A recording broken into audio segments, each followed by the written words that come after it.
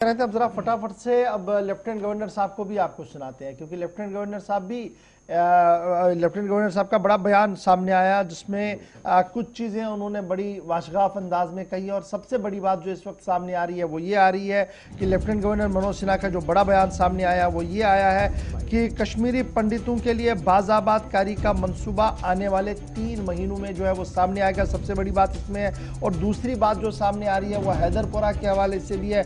हैदरपुरा झड़प को लेकर आने वाले 3 दिन के दौरान जो है वो मुकम्मल रिपोर्ट सामने आएगी और जो लोग भी उसमें मुलविस होंगे उनके खिलाफ कार्रवाई की जाएगी। लेफ्टिनेंट गवर्नर साहब का बड़ा बयान सामने आया और प्रो पाकिस्तान जो लोग थे वो उनकी निशानदेही जो है वो की जा रही है, यानी पाकिस्तान के हामी और पाकिस्तानी जहनीत के लोगों की निशानदेही की जा रही है और सरकार उनके खिलाफ अब कार्रवाई कर रही है। कार्रवाई शुरू हो गई है, यानी जो लोग सरहद पार की सोच को रखते हैं, पाकिस्तान और पाकिस्तानी एस्टैब्लिशमेंट की सोच को परवान चढ़ाना चाहते हैं, उन पर गहरी नजर रखी गई है। उनके फरिश्तों को तैयार किया जा रहा है और सरकार ने उनके खिलाफ कार्रवाई शुरू कर दी है। लेफ्टिनेंट गवर्नर मनोज सिन्हा साहब का बड़ा बयान सामने आया है। उसके साथ साथ उन्होंने ये भी कहा कि जो एडिशनल कंपनियां लगाई गई हैं शहर के अंदर और शहर के बाहर, ये सलामती दस्तों की तैनाती सिर्फ इसलिए की गई है ताकि इंसानी हुकूक पामाल ना हो, टारगेट किलिंग्स ना हो और मिलिटेंट अपनी प्रेजेंस को बहुत कम दिखा पाए शहर और शहर के बाहर,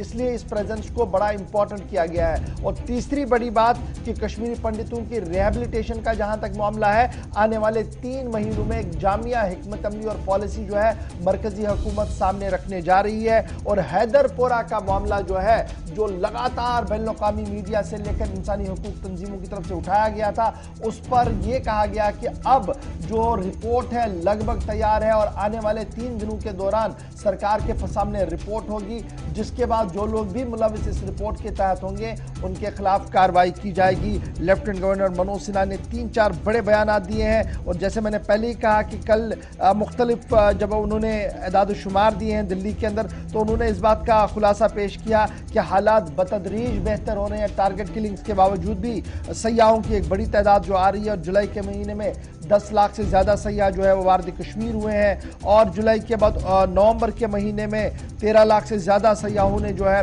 वो जम्मू कश्मीर का दौरा किया, जो ये साफ अक्कासी कर रहा है कि हालात बेहतर हो रहे हैं। लगातार आपको थोड़ा सा मैं याद दिलाऊं, उसके बाद लेफ्टिनेंट गवर्नर साहब को भी आपको सुनाते हैं क्या कुछ ने कहा।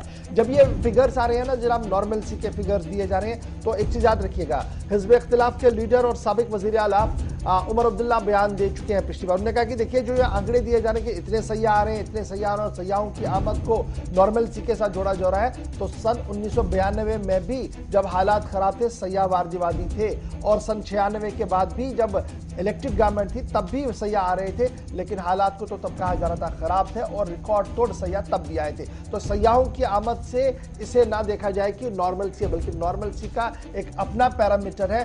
शायद जम्मू कश्मीर आते आते वो पैरामीटर टूट जाता है। तो ये बात कही थी जनाब साबिक वजीर आला की तरफ से और ये बात यहां पर आपको याद दिलाना भी जरूरी था। क्या कोई लेफ्टिनेंट गवर्नर साहब कह चुके हैं, जरा फटाफट से याद रखिएगा। और माजी की बात भी बड़ी इंपॉर्टेंट होती है। चलिए, कहा जा रहा है कि जनाब बाइट इस वक्त क्लियर नहीं होगी, बट